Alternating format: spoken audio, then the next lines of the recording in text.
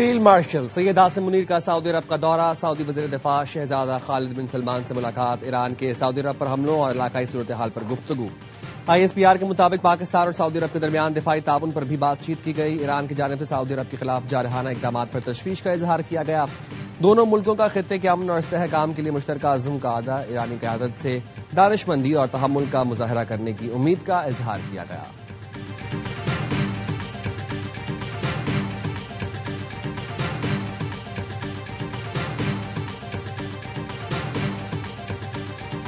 ایران نے حالیہ کشیدگی کے دوران ہمسایہ ملکوں پر حملوں پر معذرت کر لی۔ ایرانی صدر مسعود پزشکیان کا کہنا ہے اب ہمسایہ ملکوں کو نشانہ نہیں بنایا جائے گا، لیکن کسی ہمسایہ ملک سے ایران پر حملہ ہوا تو جواب دیا جائے گا۔ الجزیرہ کے مطابق ایران کی عبوری قیادت نے ہمسایہ ملکوں پر حملہ نہ کرنے کی منظوری دے دی۔ مشرق وسطی کی صورتحال پر عرب لیگ کے وزرائے خارجہ کا ہنگامی اجلاس کل ہوگا۔ اجلاس کی درخواست کویت، سعودی عرب، قطر، عمان، اردن اور مصر نے کی تھی۔ فورم کو ایران کی حالیہ کارروائیوں پر بریفنگ دی جائے گی۔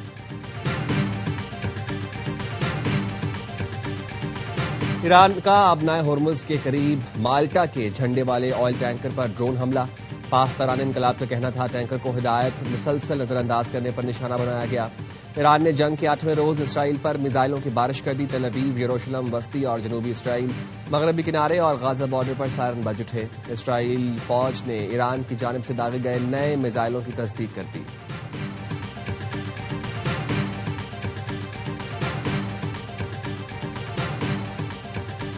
بلوچستان میں سیکیورٹی فورسز کی 2 کارروائیاں، فتنہ خوارج ہلاک۔ ISPR کے مطابق ہرنائی میں آپریشن کے دوران فتنہ الخوارج کے 12 دہشت گرد اور بسیما میں فتنہ ہندوستان کے 3 دہشت گرد مارے گئے۔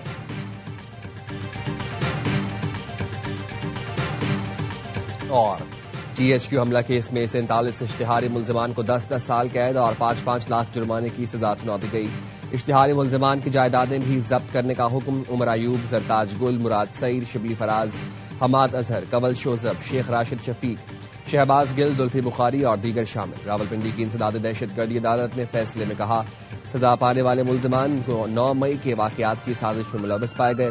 مقدمے بانی PTI اور شاہ محمود قریشی سمیت 118 ملزمان پر فرد جرم عائد کر دی گئی۔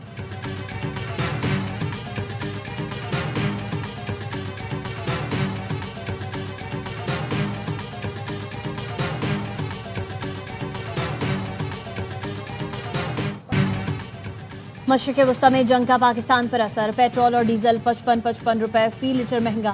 مٹی کے تیل کی قیمت میں 130 روپے 8 پیسے کا بڑا اضافہ کر دیا گیا۔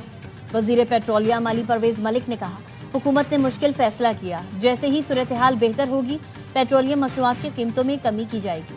عالمی سطح پر پیٹرول $106.80 پر پہنچ چکا۔ مشکل مرحلے میں توانائی کی ضرورتیں پوری کرنے کے لیے کوشاں ہیں۔ PNSC کے 2 جہاز راستے میں ہیں، معلوم نہیں موجودہ بحران سے کب اور کیسے نکلیں گے۔ ہمیں بحیثیت ریاست اور قوم معاملات کی ذمہ داری سے نبھانا ہوگا۔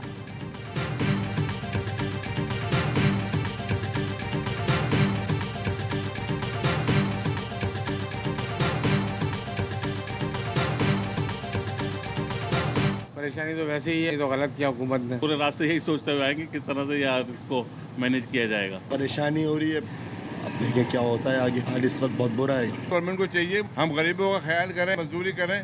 ابھی ہمیں 500 روپے روز کا فرق پڑ گیا۔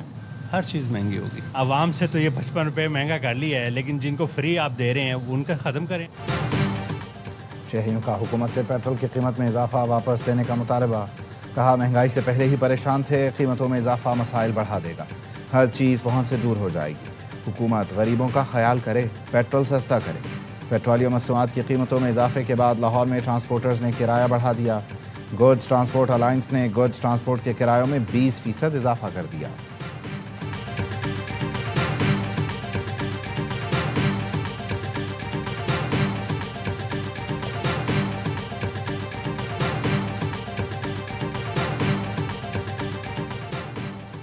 بدلتے ہوئے عالمی معاملات کے باعث پیٹرول مہنگا کرنا پڑا۔ حکومت کوئی بھی ہو، بین الاقوامی مارکیٹ کے اثرات یہاں ضرور آتے ہیں۔ وزیر اطلاعات عطا تارڑ کہتے ہیں سیاسی و عسکری قیادت ملک کے مفاد میں کام کر رہی ہے، حالات جلد بہتری کی طرف جائیں گے۔ وزیر اطلاعات پنجاب اسما بخاری کا کہنا ہے پیٹرولیم لیوی کی قیمتیں کم کر کے جتنا ریلیف دے سکتے تھے دیا گیا ہے۔